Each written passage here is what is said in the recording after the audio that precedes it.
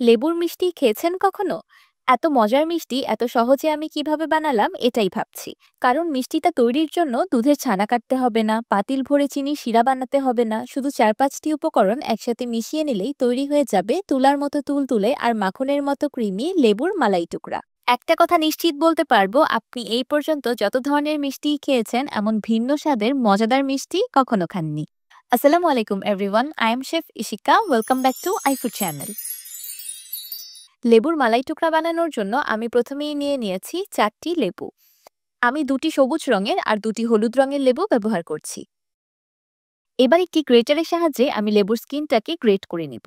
শুধু সবুজ আর হলুদ অংশটাকেই গ্রেট করে নিতে হবে, সাদা অংশটাকে গ্রেট করা যাবে না, তাহলে খেতেই তিতা লাগবে। লেবুর এই স্কিনটাকে লেমন জেস্ট বলা হয়।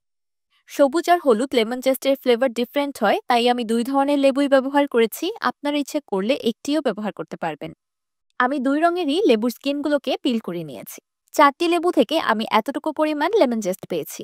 স্কিনগুলো আলাদা করে নেওয়ার পর আমি এই লেবুগুলোই রেসিপিতে কাজে লাগাবো। এখন একটি লেমন স্কুইজারের সাহায্যে আমি লেবুর রসগুলোকে আলাদা করে নিচ্ছি। 4টি লেবু থেকে আমি 1/4 কাপের মতো লেবুর রস পেয়েছি। এবার সরাসরি রান্নায় চলে যাব। প্রথমেই প্যানে দিয়ে দিচ্ছি আমার ঘরে তৈরি ডানো স্টেরিলাইজ ক্রিম। হোমমেড ডানো স্টেরিলাইজ ক্রিমের রেসিপি আপনারা আমার চ্যানেলেই পেয়ে যাবেন, লিংক আমি ইউটিউবের ডেসক্রিপশন বক্সে দিয়ে দিব। এখানে প্রায় 400 ml এর মতো ডানো স্টেরিলাইজ ক্রিম আছে। আমি ভিডিওতে যতটুকু পরিমাণ তৈরি করে দেখিয়েছিলাম আমি এখানে সম্পূর্ণটাই ব্যবহার করেছি। এবার দিয়ে দিচ্ছি 1 ক্যান বা 400 ml কনডেন্স মিল্ক। এবার দিয়ে দিচ্ছি 50 গ্রাম গুঁড়া দুধ, 1 টেবিল চামচ কাস্টার্ড পাউডার। উপকরণগুলোর কাপের মাপ আমি ভিডিও স্ক্রিনে লিখে দিয়েছি, আপনারা অবশ্যই চেক করে নেবেন। আগে থেকে প্রিপেয়ার করে রাখা লেমন জেস্ট অ্যান্ড লেমন জুস। এবার সবকিছু একসাথে খুব ভালোভাবে মিক্স করে নিব। এই সময় চুলার ফ্লেমটা অফ আছে, আমি সবকিছু একসাথে মিশিয়ে নেওয়ার পর চুলার ফ্লেমটা অন করে দিব। এখন চুলার মিডিয়াম টু লো ফ্লেমে অনবরত নেড়ে চেড়ে মিষ্টির মিশ্রণটাকে রান্না করতে থাকবো শুকিয়ে ঘন হয়ে যাওয়া পর্যন্ত। কথায় আছে না, যে রাধে সে চুলো বাঁধে। কিন্তু যদি চুলের যত্নই প্রপারলি না নেওয়া হয় তাহলে চুলই থাকবে না, বাঁধবেন কিভাবে? আমার চুলের যত্নে আমি ব্যবহার করি glycol sensitive scalp care shampoo. এই শ্যাম্পুটা ব্যবহার করার পর থেকে আমার চুল পড়া একদমই কমে গিয়েছে আর চুলের গ্রোথও আগের থেকে অনেক বেশি ভালো, আলহামদুলিল্লাহ। এই শ্যাম্পুতে থাকা গ্লাইকলিক অ্যাসিড স্ক্যাল্প থেকে জমে থাকা ময়লা ও ডেড সেল পরিষ্কার করে আর নতুন চুল গজাতে সাহায্য করে। এই শ্যাম্পুটা সম্পূর্ণ sulphate free and doctor recommended. এই শ্যাম্পুটা দিয়ে চুল ধোয়ার 2-3 ঘন্টা আগে আমি এই সিক্রেট রোজমেরি হেয়ার অয়েলটা আমার চুলে দিয়ে রাখি। কারণ এই অয়েলটা একদমই হোমমেড আর বাজারে পাওয়া অন্যান্য অয়েলের মতো কোনো ফ্যাক্টরিতে বানানো হয় না।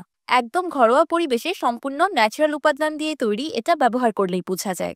এই হেয়ার অয়েলটিতে 5টি প্রিমিয়াম এসেনশিয়াল অয়েল আছে, যেগুলো চুলের গোড়া মজবুত করে, খুশকি দূর করে, রাফনেস কমায় আর স্ক্যাল্পকেও ঠান্ডা রাখে। এই সিক্রেট রোজমেরি হেয়ার অয়েলটা এতটা পরিমাণে ভালো যে এটা রোজও ইউজ করতে হয় না, সপ্তাহে 2-3 দিন ইউজ করলেই অনেক ভালো রেজাল্ট পাওয়া যায়। এই ম্যাজিক্যাল কম্বোটা আমি নিয়েছি ফ্লোরা ফেসবুক পেজ থেকে।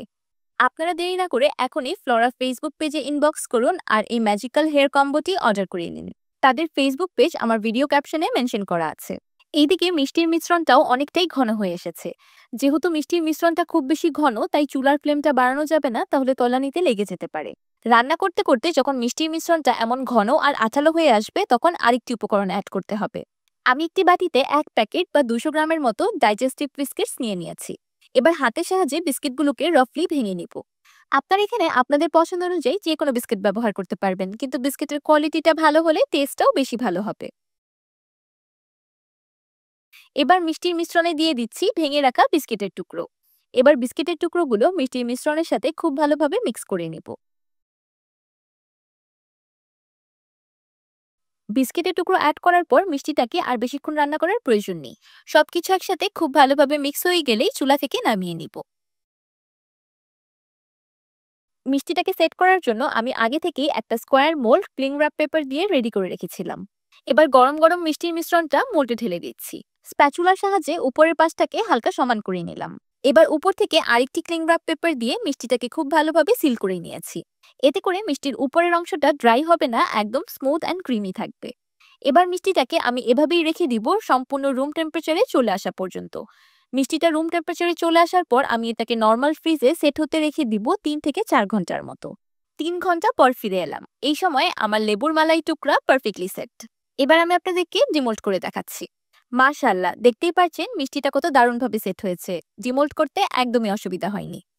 এবার আমার পছন্দ মতো করে মিষ্টিটাকে কেটে নিচ্ছি।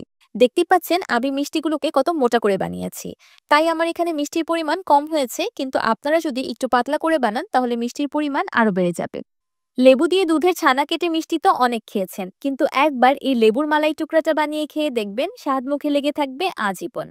এমন ইউনিক স্বাদের একটা মিষ্টি আপনি কোনো দোকানেও কিনতে পাবেন না, কিন্তু আমার রেসিপি ফলো করে এখন থেকে বাসায় খুব সহজে তৈরি করে নিতে পারবেন। এবার আমি মালাই টুকরাগুলোকে গুঁড়া দুধ দিয়ে কোট করে নিচ্ছি। আপনারা ইচ্ছে করলে এখানে গুঁড়া দুধের পরিবর্তে মাওয়াও ব্যবহার করতে পারবেন। আমি একইভাবে সবগুলো মিষ্টি গুঁড়া দুধে কোট করে নিয়েছি। তো তৈরি হয়ে গেল লেবুর মালাই টুকরা। এই মিষ্টিগুলো খাওয়ার জন্য আপনার দাঁতের ব্যবহার না করলেও চলবে। এমন ক্রিমি মেল্ট ইন মাউথ মিষ্টি যে মুখে দিতেই একদম মিলিয়ে যাবে। আমি আপনাদেরকে একটি মিষ্টি কেটে দেখিয়ে দিচ্ছি যে ভিতর থেকে কেমন হয়েছে। দেখতেই পাচ্ছেন মিষ্টিটা চামচ লাগানোর সাথে সাথেই কেটে যাচ্ছে। লেমন ফ্লেভারের মিষ্টি যে খেতে এতটা বেশি মজা হতে পারে সেটা যদি একবার না খান তাহলে পুরাই মিস করবেন। এত ইউনিক একটা টেস্ট যে মুখে বলে বোঝানোর মতো না। আমার তো হাতই থামছে না, ইচ্ছে করছে খেতেই থাকি, এতটাই বেশি মজাদার। দেখতেই পাচ্ছেন বিস্কিটের টুকরোগুলো একদমই গলে যায়নি, কত সুন্দর দেখা যাচ্ছে। খাওয়ার সময় যখন দাঁতের নিচে বিস্কিটের টুকরোগুলো পড়ে তখন খেতে আরো অসাধারণ লাগে। আমার আজকের এই লেবুর মালাই টুকরা রেসিপিটি আপনাদের কাছে কেমন লাগলো আমাকে অবশ্যই কমেন্ট করে জানাবেন। ভিডিওটি ভালো লাগলে একটি লাইক দিবেন আর আমার চ্যানেল সাবস্ক্রাইব করে আমার চ্যানেলের পাশেই থাকবেন। আল্লাহ হাফেজ।